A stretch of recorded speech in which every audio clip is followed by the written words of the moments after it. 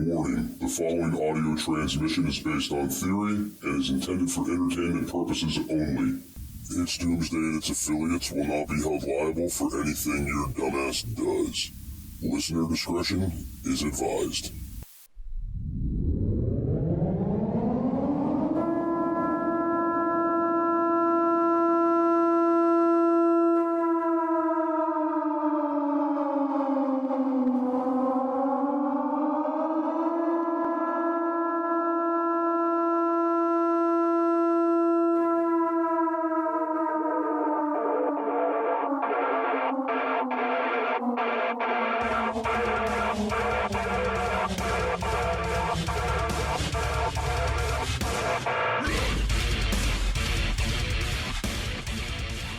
Welcome everybody to It's Doomsday podcast. Today is Friday, November 8th. Time is 20:53 and joining me is the handsome, short but round, a little bit balding, Safe Prep.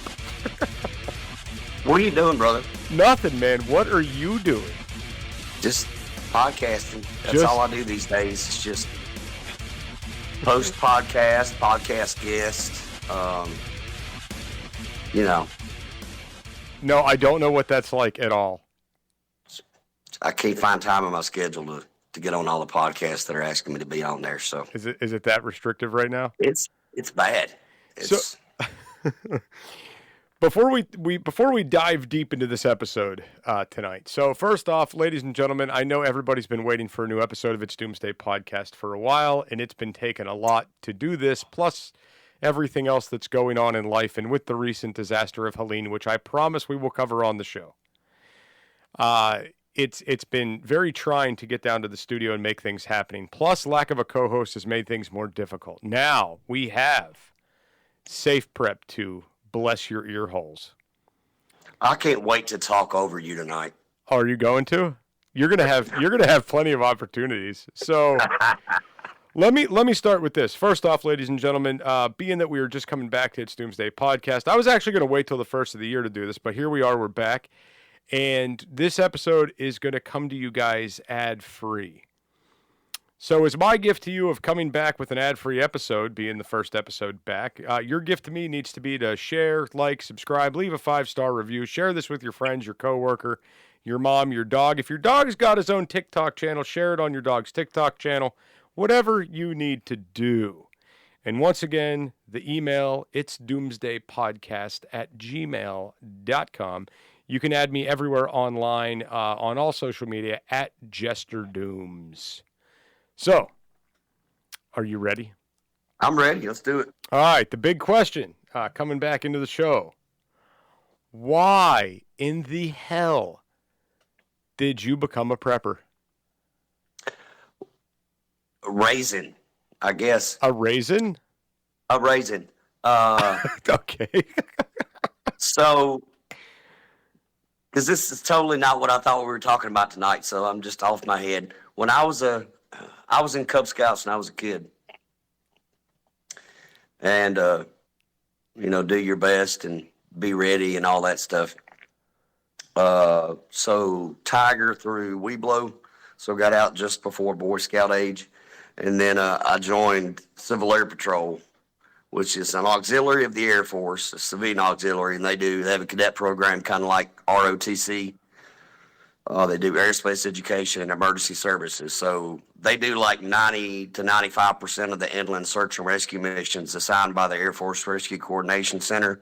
So if these smaller civilian aircraft crash, that's the group that goes out and finds them. I was in that for like 13 years. So camping and hiking with the Scouts, camping and hiking and doing emergency stuff with Civil Air Patrol. Right after I got out of high school, I went to EMT school. I've been a first responder for 25, 30 years. And you know that when we're gone to work for an extended period of time. So I'm used to kind of carrying the kitchen sink with me. And then I really took an interest in it a couple of years before COVID and really started to dive in. And that kind of started the journey that continues today. Then we started TikTok 2 or 3 years ago. That's how we met, and it's been a cool journey. I just like being ready. I like, my favorite part of preparedness is the subcategories of it, because when you think you got everything figured out, there's another level to dig into, and that's the fun part from my ADHD brain. But that's the boring story of why I say prep's a prepper. Right. So my story is not as colorful as yours, and there were no California raisins in play. So what's with the raisins? The California raisins. Heard it through the grapevine. So how did it all start from a raisin? Well, I guess I'm more southern than you, so Yes. our southern folks will understand it. So I've told the story of how I got into prepping a million times on this show, and I'm going to do a brief summary for those of you that are brand new listeners who don't know. So I grew up in the backwoods of Pennsylvania, and we had like a semi off-grid situation going on. We were very self-sufficient growing up. And I mean, we had our own rain collection in the form of a cistern. We had a well as well. We had our own animals. We grew our own food. We had our own wood furnace. And we went through quite a bit of power outages growing up in the wintertime, where we had to rely on the wood stove for cooking, heating, water, all that stuff, right? So at the end of the day, this whole like just live to survive and survive to live mindset was kind of how we grew up. And then my father was a last minute type person. He was not proactive, he was reactive. So this led me to wanting to do things in advance, things like cut firewood for the winter and so on and so forth. Like, we didn't get a fire going till the pipes were going to freeze type thing. Everything was drug out, and I swore I would never live my life that way, you know, of last minuting everything to death. So after this and growing up and not really knowing what a prepper was, I mean, the outdoors, the Boy Scouts, all this stuff played a big factor in this, being outside and always having a bag ready to go at a moment's notice. When I was a kid, it wasn't for the sake of bugging out as much. It was for like a last minute camping trip and being ready to live in the woods for a few days. That's ultimately what it was. Little did I know I'm building a little bug out bag. That wasn't a term that was used back then. So fast forward, 10, 15 years. And here we are. I'm in my 20s, and somebody starts putting bugs in my ear about collapse of currency and what's going to happen with our government and all of these things. And anybody out there that doesn't have this fleeting thought of, what it would be like to live in an apocalyptic society is a fucking liar, okay? We've all watched the zombie movies and the 2012 movies and all of these apocalyptic movies. If you watch The Walking Dead, any of this shit, we've all thought about, I wonder what it would be like to be in that scenario. Some of us are like, well, what if that scenario actually happens? We better be ready, right? So for me, it started out with the little small things of buying certain things in bulk, and then has escalated to me moving and relocating to the area that was my bug out location. And now just, living this prepper lifestyle all of the time, and then has also led to a career change for me, because I decided to, EMT school was free for a period of time after COVID for COVID relief. They were offering free classes and things. I was like, well, let me go do this for free. Me and a buddy thought it would be fun. I felt like I didn't get enough training out of the schooling, and I wanted more experience. And that led to me showing up to the station more and more and more and more, to the point where I'm working there full time. And I'm devoting all my time into emergency medical services now. It really has transitioned me down different roads in life, none of which to be bad either. So that's where I stand right now, man, and that's how I got there. I think another thing from the first responder part of it is on a daily basis, we're dealing with emergencies, and having that familiarity during an emergency and knowing how your body reacts and the stress it creates. I think those things are great have great benefit for us if the apocalypse ever does happen.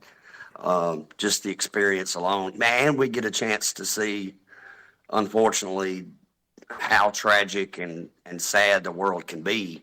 And a lot of people are shielded from that. And I think that's another reason we like to be prepared for things. I'll tell you what, going out and responding to 911 calls and actually being out there on some of these scenes where shit is hitting the fan in the moment.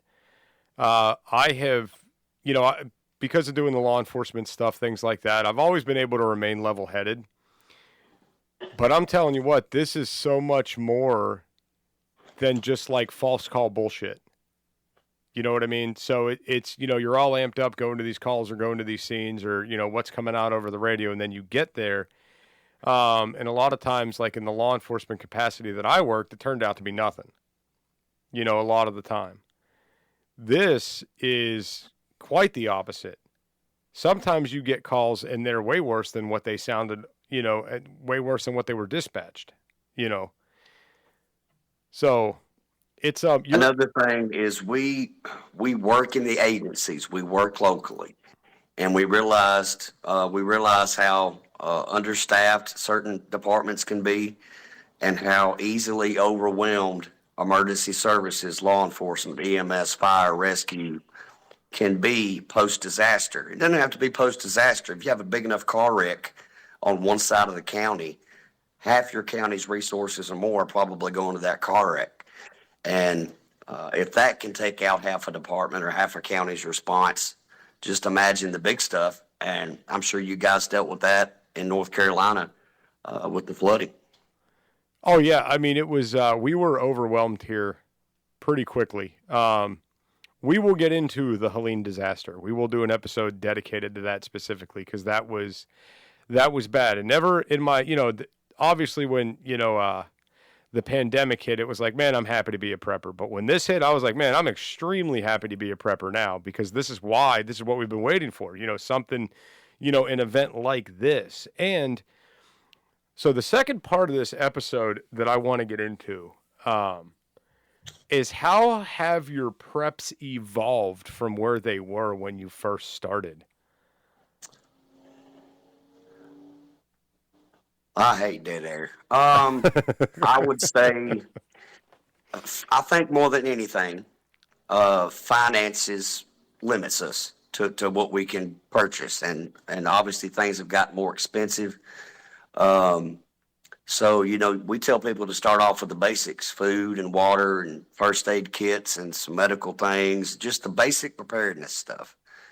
And then once you've got the basic stuff out of the way, once you can, if you're a new prepper, once you get a weekend worth of food and water built up or a week or 2 weeks or whatever, because we all start somewhere, you start looking at the other holes in your preparedness. And everybody's hole, you'll like this, everybody's hole is different, right? Right. So I don't like holes. I like to think through the scenarios and figure out what would I need if that happened or what would be missing. And then you make a plan to get it. So some things we've done is obviously we already had firearms. We have way more firearms than we used to. And we've kind of rounded out the prepper arsenal over the years. So we've got stuff for self-defense. We've got stuff for hunting. We've got stuff that has ammo in it that would be pretty easy to get post-apocalypse. My wife continually works on that. The tactical gear, so being able to be mobile if I had to go defend my neighborhood or my house or whatever. Solar generator, that's a big purchase for a lot of preppers. And that was something that was a huge hole for us was going to be power for the things we needed to power. I'm not trying to run 6 freezers or an ice maker. I just want to be able to charge the ham radios and kids' electronic devices and shed a little light in the house, those kind of things. So that's what we've done is just look and continually assess where we're at and go, we need to start working on putting back money for that, or we need to start looking for deals. But definitely security, being able to be mobile with that security, continuing to become proficient with firearms and self-defense. and power have been some of the big changes that we have made. Gotcha. So when I started out doing this, it was just the assumption of buying in bulk, right? And, having a general understanding of best buy dates versus expiration dates and buying things and just thinking in my head, well, I can rotate, right? So I've gotten completely out of the mindset of rotation. That's a big change that I've made because I started seeing the waste accumulating. So before, I would buy canned beans by the case, put those up. When it's time to rotate them, we rotate them. I've gotten completely away from that and started only buying dry beans because I could basically make those last indefinitely, right? So those are the things that I've done and that I've kind of flipped the script on, so to speak, was to actually change up how I buy and what I stock. And I also figured out, weight to quantity ratios. It's actually less weight to have the dry stuff, right? Yep. Because I'm getting at the end of the day, it all just kind of started to click. Like, why am I buying this? This case of canned beans when I'm getting the same amount in this big 5-pound bag. Actually, I'm getting more in this 5-pound bag because I'm not paying for sodium and water, right? Yep. And then this is going to last me longer. So I've evolved in those ways, but I've also started to evolve in other ways too, like getting completely away from certain things altogether, right? Like I am currently now trying to work on getting away from being grid tied completely, right? So one of the latest updates with that was the Starlink. Right now I'm working on moving water without being connected to the grid. Now I'm working on what I can get away with the solar generators and what I can do just running propane versus being grid tied. Things like that is what we're now working on. And I've got the wife this close to allowing me to start experimenting with hydropower. So Nice. Yeah, so we're working on some cool things here that I think will potentially get us in a further better position. But where I sit right now is I am fully 100% capable. If shit hit the fan tomorrow, we would be fine for a while. I'm not saying 10 years fine, but I'm saying for the next 3 to 5, we would be okay. Right? Something that we have started looking at property and where we live. It's difficult to find property that's affordable, and that may be the case in a lot of places, but the requirements we have are that it be close, specifically for being able to use that off-grid or as a bug-out property at least. But even, if we find a piece of land, there are so many requirements that I have for it before we would even purchase it. How close is it to a water supply? And how much is actually road frontage and easements? And I'm looking at everything from not everything, but most of it from a preparedness standpoint. Property is good for other things besides bugging out and homesteading. I just want a place for my kids to ride four-wheelers. Because my situation is different than your situation. And for those of you who don't know, I've been to Jester's house.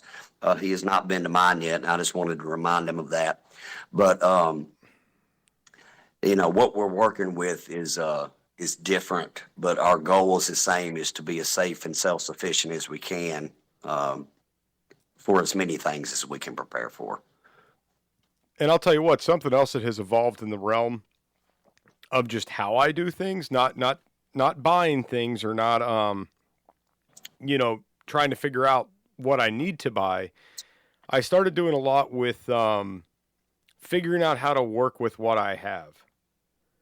So basically, sitting down and looking at an item and be like, I could really use this one thing in the prepper arsenal, and then sitting down and taking the time to do the research and figuring out how I can get around having that item. Like, is this something that I really truly need to spend money on in this arsenal, or does it have a dual purpose, or this or that? And that's partially why now I'm wanting to go with the propane, because of the dual uses, right? Yeah. Because once I get propane going, I could run different things in the house to heat, cook, whatever, heat up water, whatever I need to do. Or there's the idea of I could have everything still tied to the grid, kill the power, and run a propane backup generator for, God knows how long. Yep.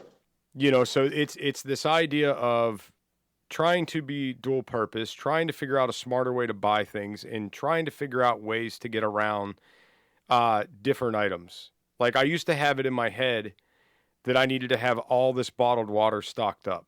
Like that used to be a thought. And then I have now strayed totally away from that and got into the idea of, okay, if I need to run this generator for 10 minutes to run the well pumps, how much water can I pump in that 10-minute time? How much storage do I need? And then you come to find out you only need to run that pump for about 5 minutes, and I only need to fill like 4-gallon jugs, and I'm good for a couple days. Yeah. And it's like, oh wow, I just really dumbed down the scenario, and I don't have all this bulky water taking up room. So it's been situations like that with the whole idea of evolving, and starting to learn more as you go, and not wasting time on the useless preps, I'll tell you, anybody that tells you that a little bit of mental illness isn't part of prepping or being a prepper is lying to you. I have to fight through my ADHD. I mean, it's a great hobby for people like me, but it is very easy to become overwhelmed with everything that you need to do and do none of it because it overwhelms you. Right. And that's a dangerous trap to get into if you're trying to be prepared. So that's something that I have to battle with. That and keeping myself off social media when I should be prepping or doing something else. Yeah, your return to TikTok is epic. I'm trying. We have good days and bad, so we'll see. So I'll tell you what though, on this note of like useless items and stuff like that, the big hard thing for me to fight through is like seeing something that I want that would be awesome for prepping, right? And having to talk myself out of buying it. I was somewhere and they had a bunch of foldable camp stoves, like the little tiny backpack folding camp stove. So I bought like 4 of them because they were on sale. And they're still brand new in the box, and I'm thinking, okay, at this point, I know how to make a stove out of rocks anywhere I am. Like I cannot see an application where these will be useful anymore, And I said, even still, at the end of the day, if I'm in the desert and there's no rocks, there's probably no wood, and I'm not making a fire anyway. So unless I want to take tea lights with me to the desert, or stock up a bunch of fuel blocks, they're not doing me any good. Oh, we're great at, finding bargains and buying stuff. It's not always a smart buy, but I think that's the hobby of preparedness coming out in us. And I've told folks for years that, you have to treat it like a hobby a little bit. Otherwise it can be overwhelming and it turns into a fear-based thing. But, a lot of us just like stuff. Yeah. So, during the whole, the storm, I started going through my barter box just to see what was in there in case it was something that was needed by somebody, whatever. And I'm going through that box and I'm like, the things that I'm finding in the big barter box, 10 pairs of wool socks, a bunch of brand new knives, like just all the shit. And I'm like, I don't even remember buying this shit. It's just been stacking up for so long. And then you start to realize at some point, you know what? If shit doesn't hit the fan, I could just open a survival store and we'll be good. Yeah. That's it. That's all it is. So, but no, I think you're right. There is some mental stuff that plays in here. And I guess you do have to treat it kind of like a hobby, because it's also something you can't neglect and you can't negate. Like you have to be going in and checking on your food stock, stuff like that, because if you get some ants, you're done. And if you're not periodically checking to make sure dates are good, things like that, you're done. Another thing I really started to get into was just the idea of items that just don't expire altogether. Stocking more honey, stocking like things that are longevity, like peanut butter, shit like that, and getting completely away from something that only has a shelf life of 5 years, Yep. So. Only, yeah. If stored correctly. Right. that's a big problem too. And the biggest I'm going to tell you what my biggest problem is with prepping right now, and then I want to hear what your problem is with prepping right now. My biggest issue I currently have as a prepper is I'm running out of space for storage. That is my biggest issue. And organization. Organization.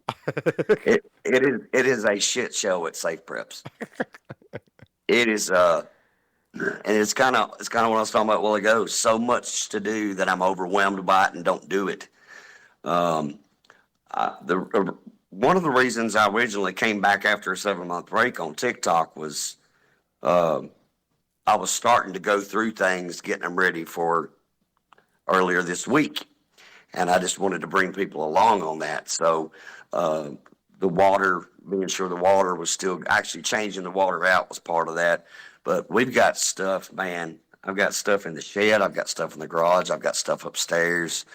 And we've run out of room, and we just have to rethink storage completely,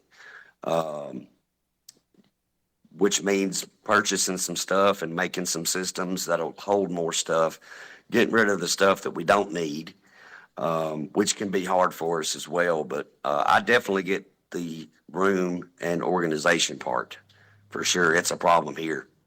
Oh yeah, and the wife absolutely hates the amount of stuff that's stacking up around.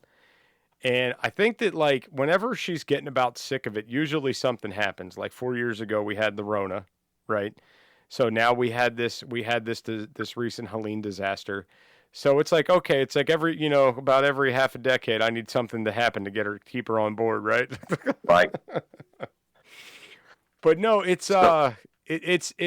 I think that this recent disaster has gotten my ass in gear a little bit better to start getting things better organized and going through some stuff and acquiring more. I've acquired a lot more throughout this disaster than what I had before. And there's a whole lot of, I guarantee there's some listeners out right there and some preppers that, right now probably feel a little bit of a sense of relief. And then there's other preppers out there that are, the tides have turned and now they're worried and concerned.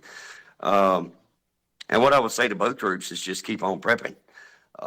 Just because you're more comfortable and you think things are going to get better, that's when something will come out of nowhere, or we'll have another big disaster. And that's what we prepare for anyways, man. It's fun talking about the big stuff.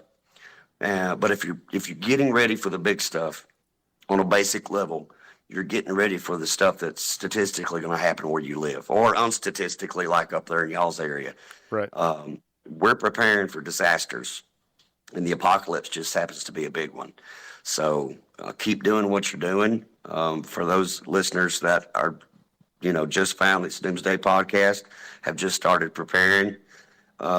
We all did this a little bit at a time, and we all still feel anxious that we don't have enough. So that feeling never goes away, but you just have to set little bitty baby goals, folks, and prep a little bit at a time. Do what's within your means. If you don't have money to do anything, learn skills, learn how to start a fire, learn how to purify water, those kind of things. So don't look at some of the bigger things that we talk about like we did this in 2 weeks. It's taken us years to do this, and you have to have a little bit of patience. And you have to be persistent to start to build a stockpile. Right. Yeah. This isn't something that takes place overnight. And and the other thing too is this isn't something you can throw money at without any thought. And that's what some people, they honestly have the impression you could do that. And what I've found myself doing over the years is acquiring different things for different scenarios. Okay. Instead of buying universal items. Okay. That has been a big, gigantic problem for me. So like how I said before, like the dual use thing, I'm trying to buy things specifically for, okay, what's this one item that I have that can solve all my fire situations? I find that and I'm like, okay, let me have one in the car, 2 in the house, 1 in the bag, 1 in the wife's car, and then that covers anywhere I'm going to be. Right? Yep. And things like that with the water filtration or backup calories that you may need to get home, and things like that. You find out what works and you find out what doesn't work, and you try to streamline and simplify. if that makes sense. So we've got 1 minute left. You want to fill that? Since you Absolutely not. Oh, absolutely not. I wasn't prepared for any of this tonight. I had a whole Civil War thing planned. I was my full intention to catch you off guard. I told him before we started recording, y'all, I was like, I can see why all of your other co-hosts left you. Because you're unorganized and unprepared and they couldn't erratic. They couldn't hang, man. They couldn't hang.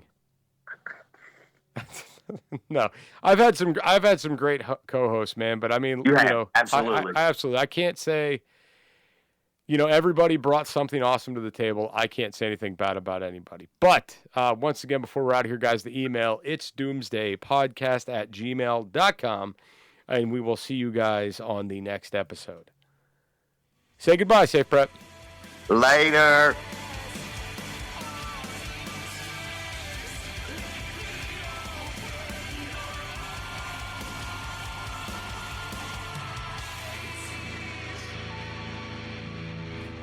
This is an emergency action message. At approximately 1 a.m. Eastern Daylight Time, NORAD is tracking 15 ICBM nuclear missiles inbound to the following cities: Orlando, Miami, Pittsburgh, Dover, Newark, Richland, Philadelphia, New York City, Baltimore, Los Angeles, Las Vegas, Boston, Seattle, Detroit. This is an extremely deadly situation. Stay tuned. The next emergency message will be a presidential address.